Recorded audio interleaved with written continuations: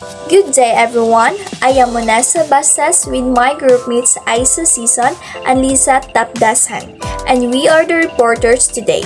Please open your book on page 101. Our topic is alternative energy sources.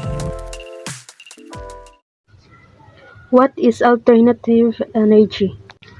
Alternative energy is an energy source that is alternative to fossil fuel like coal, gasoline, and natural gas. These alternatives are intended to address concerns about fossil fuels, such as high carbon dioxide emission, an important factor in global warming. Example for this is the wind power, which is very common, and solar energy. Differences between alternative energy and renewable energy. Renewable energy comes from the source that is naturally occurring and replenishes nature without the interference of human intervention. Examples of renewable energy include biomass resources, solar energy, wind energy, geothermal, and hydro resources. The most abundant of these resources is solar energy. When we say solar energy, it is an energy coming from the sun which is generated to produce electricity. In other words, renewable energy is not man-made. However, alternative energy does not include solar power but includes resources like natural gas. Natural gas cogeneration, fuel cells, or any waste that does not naturally replenish but emits lower gas emissions. In other words, alternative energy is used to minimize the uses of the natural resources. Nuclear power. Nuclear power is among the most abundant forms of alternative energy. It creates a number of direct benefits in terms of emission and efficiency, while also boosting the economy by creating jobs in plant creating and operation. Some advantages and disadvantages of nuclear power. First advantages, it produces no polluting gases, does not contribute to global warming, very low cost fuel, low fuel quantity reduces mining and transformation effects on environment, and power station has a very long lifetime. The disadvantages are waste is radioactive and safe disposal is very difficult and expensive. Local thermal pollution from wastewater affects marine life. Large-scale accidents can be catastrophic. Public perception of nuclear power is negative.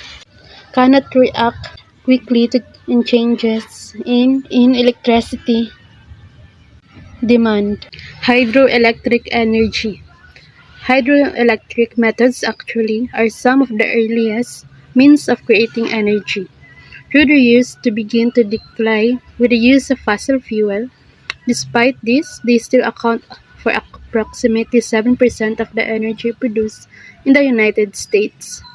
When we say hydroelectric energy, it is a form of energy that harnesses the power of water in motion to generate electricity. Some advantages and disadvantages of hydroelectric energy are in advantages, it's renewable, low emissions, reliable, and safe.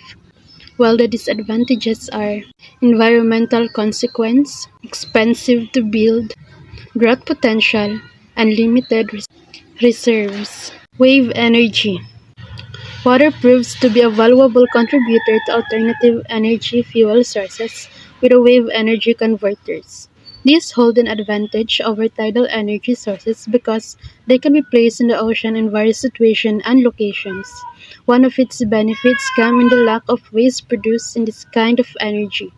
It is also more reliable than any other form of alternative energy and has enormous potential when used properly. Meaning, wave energy or the wave power is the transport and capture of energy by ocean surface waves.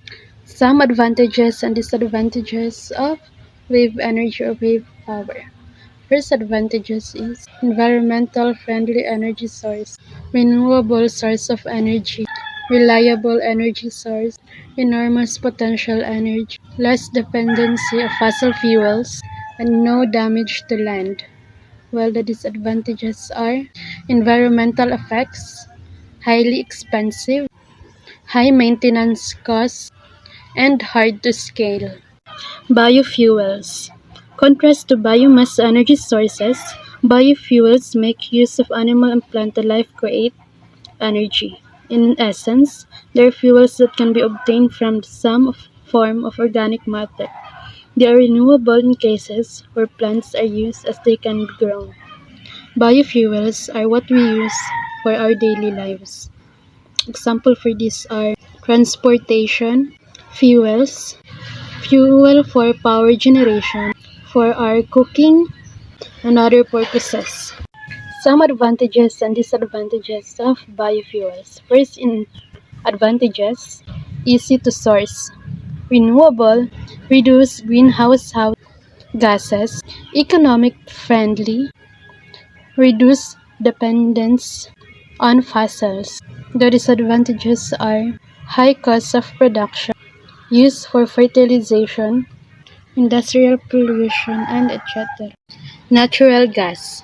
Natural gas sources have been in use for a number of decades, but it's through the progression of compression techniques that is becoming a more valuable alternative energy source in particular. It is being used in cars to reduce carbon emissions. Demand for this energy source has been universal.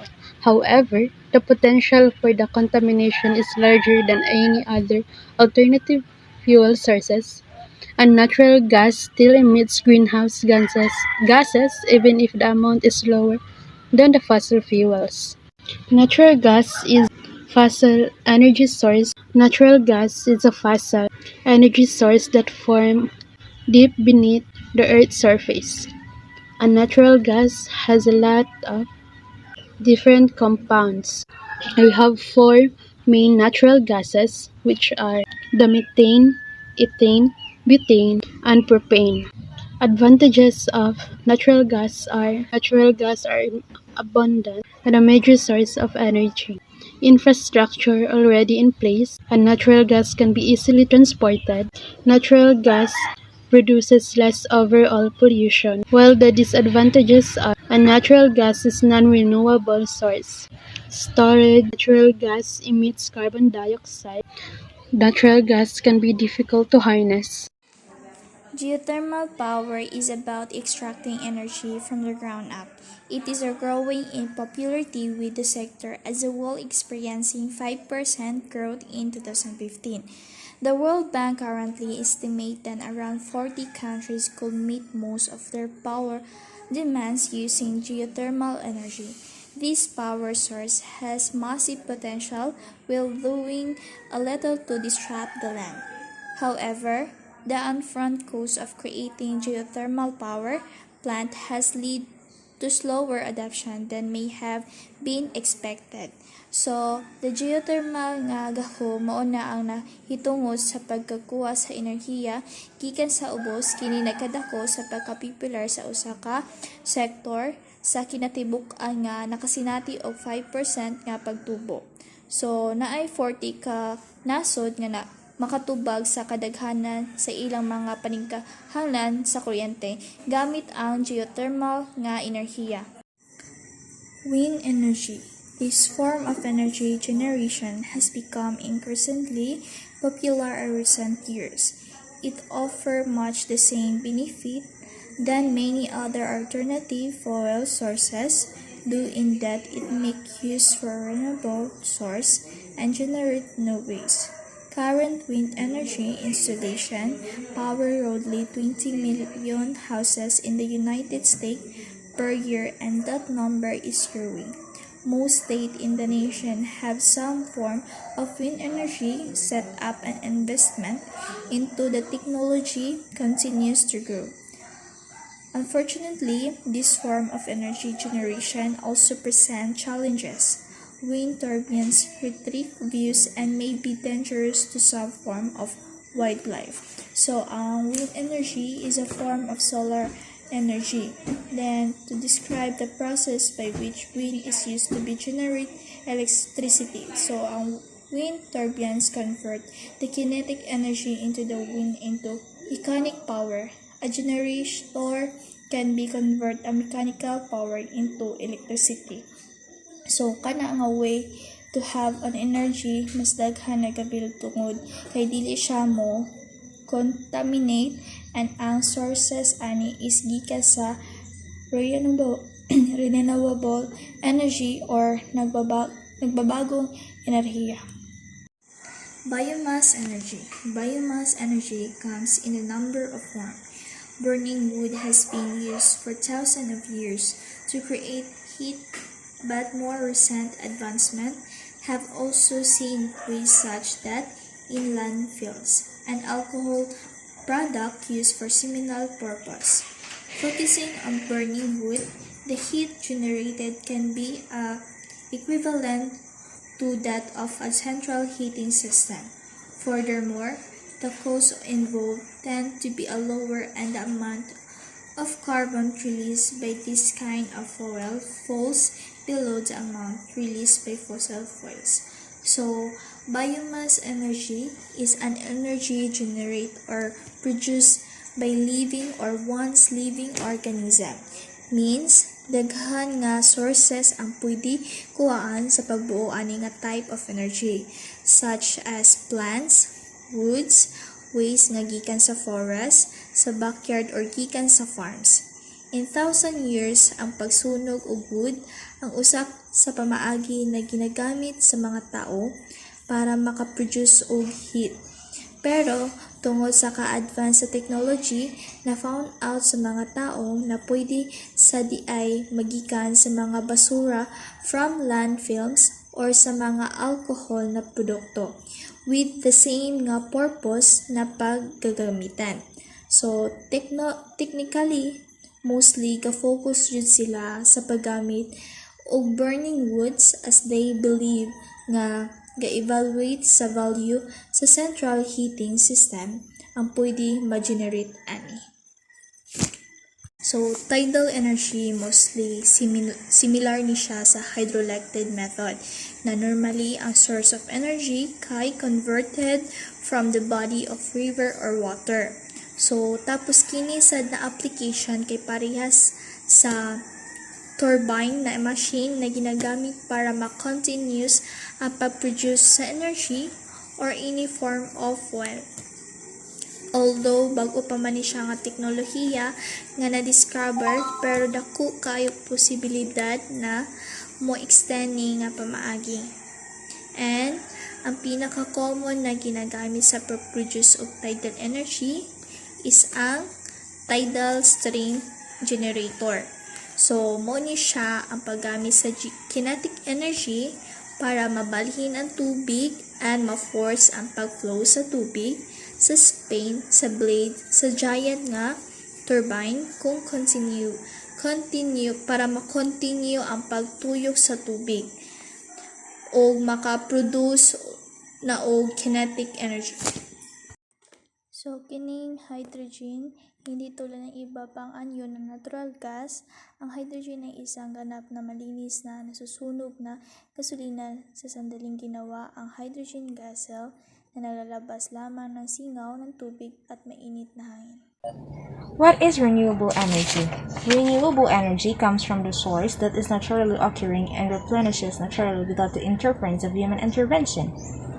Examples of renewable energy include biomass resources, solar energy, wind energy, geothermal, and hydro resources. The most abundant of these resources is solar energy.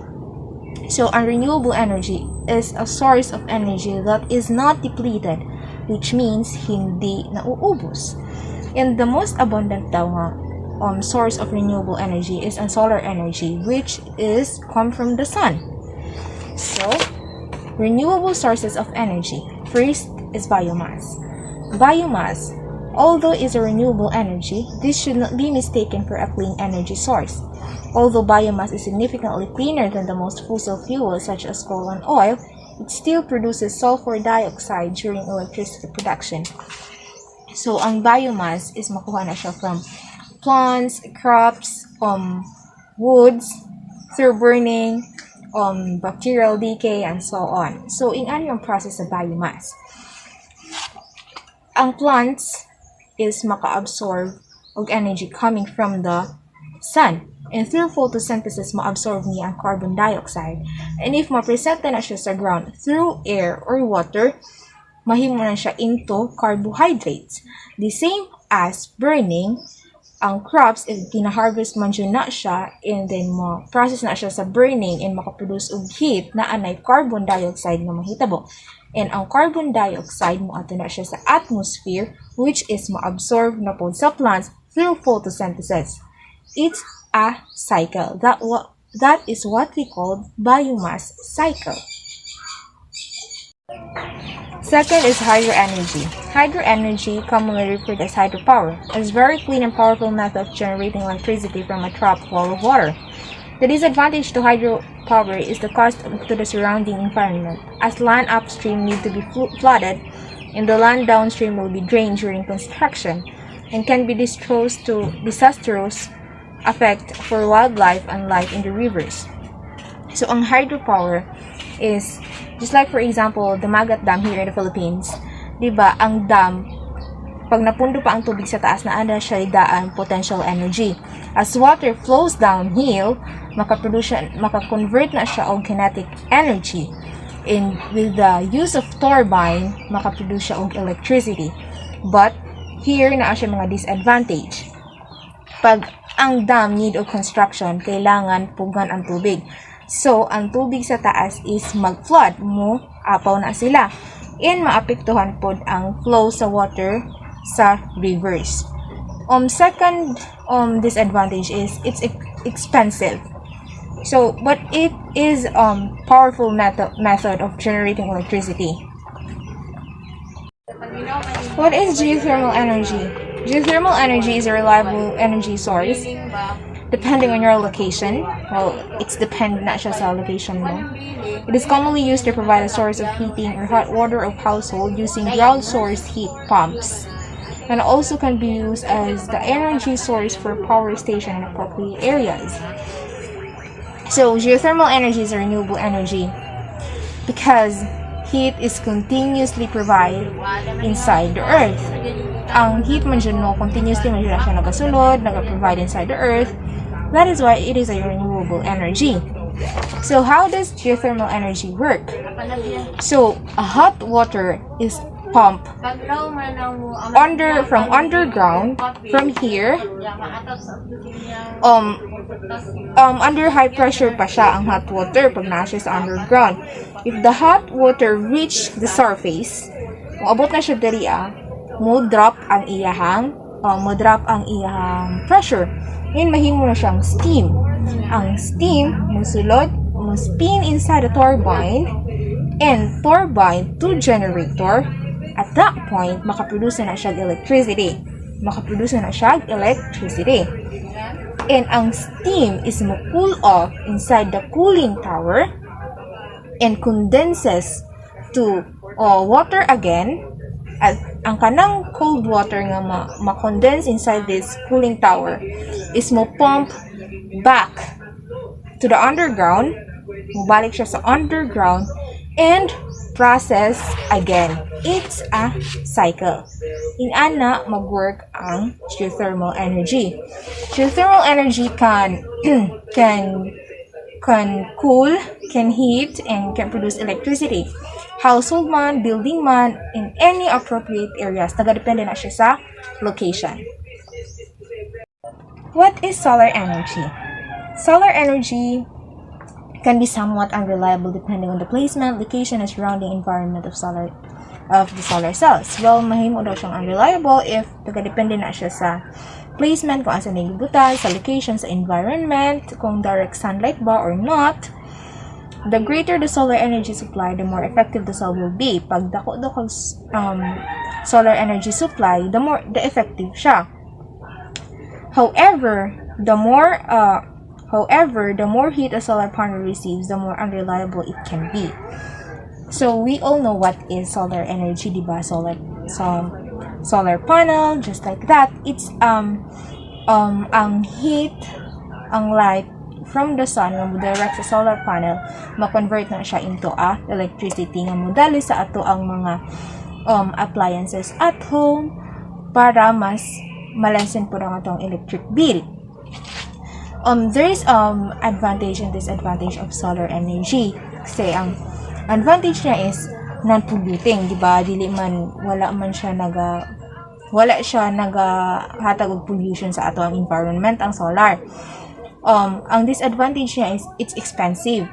And dako og area ang iyahang kailangan og dako nga area nga mabutan sa mga solar panel. And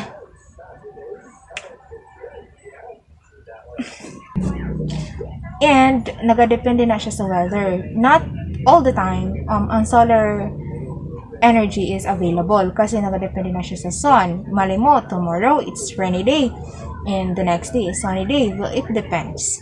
That's the one of the disadvantage. Tidal energy. Tidal energy can be used to create electricity from the large energy force behind the tides. The main disadvantage of tidal energy is the effect on the surrounding environment affects sea life and shore access. So, on tidal energy, mauni siya ang makita nato sa dagat na makaproduce na siya, one of the na makaproduce og electricity. Or the use of turbine, turbine mo rotate na siya to 12 to 18 times, nagadepende na siya sa current o sa strength sa tide. And ang turbine nakakonect na siya sa generator and then maka-create na siya og electricity. And there's also disadvantage to the maka-affect na siya sa surroundings sa environment, maka-affect na siya sa sea life and shore access. And one of the mga advantage niya is consistent siya and non-polluting, dili siya nagahatag og pollution sa sa environment. Wave energy. Wave energy is similar to tidal energy but instead uses the force behind the waves, not the tide, to generate electricity. So, ang wave energy, ang iyahang gina-use is ang waves instead of tide para maka-generate of electricity. So, the cost to sea life is usually less of an issue. The construction tends to float on the water and not in the sea. It is a relatively new technology and in many cases still in the research phase. So, ang wave energy is hindi siya huge range of technology. There is also advantages sa wave energy. It is renewable, it is reliable, maka-produce siya huge power or electricity, and wala siya pollution, no waste, no gas, no harm at all iyahang mahatag. And ang niya is iyahang turbine is naga-float lang na siya, nagadepende lang na siya sa dagan sa wave, iyahang changes because sa hangin. Additionally, I'm not familiar with this, but i-explain lang na ako na siya based sa akong understanding. Wind energy. Wind energy can be very reliable energy sources if the wind turbines are placed in the right location. So, reliable daw kaayo ning wind energy pag nabutan siya sa tama nga location. We have a lot of wind turbines here in the Philippines na makita sa Ilocos Norte, Guimaras, Mindoro. We are familiar naman sa wind turbine. Just like for example here, sorry sa akong drawing, but ang wind turbine naa siya 2 to 3 blades na nagatuyok. The main disadvantage of this form of energy are sight and noise pollution, and the most design of the wind turbines can be harmful to the birds. So, iyahang disadvantage is ang naa siya sight and noise pollution. Ang iyahang design sa wind turbines is mahimo siyang distraction sa mga birds. Diba? Kaya naaman siya na siya blades, mahimo siyang distraction sa paglupad-lupad sa mga birds. And how does wind energy work? So, from wind turbine, makonvert niya ang kinetic energy into mechanical power. And ang generator, i-convert niya ang mechanical power into electricity. And that's how wind energy work. Wood energy. Wood energy ties in with biomass. As it's still renewable, but must be burned during electricity production. So, ang wood energy is connected na siya sa biomass. It's still renewable, but in order nga makaproduce kag electricity, kailangan nimo magsunog, which makes it harmful to our environment. So, harmful jud na siya sa ato ang environment. So, alternative renewable energy resources in the Philippines. With an abundance of alternative renewable energy sources such as wind and the sun, there really is no reason that the Philippines cannot be forefront of a renewable energy movement. So we all know that Philippines is abundant of wind and solar energy. So we have no reason, wala tayo rason para dili manguna sa renewable energy movement. We have sufficient resources that can be harnessed to produce stable power needed to electrify home and fuel businesses. So naatay enough and naatay sufficient nga resources para sa ato ang electricity sa balay or sa ato ang businesses. So, but naay mga instances nga naay energy crisis or naay shortage nga mahitabo sa atong electricity. Maybe because nagataas ang population sa Philippines, nagataas atong population, and naay na ang paggamit sa electricity is ginapasobraan, which we should be responsible sa ato ang electricity para walay shortage nga mahitabo.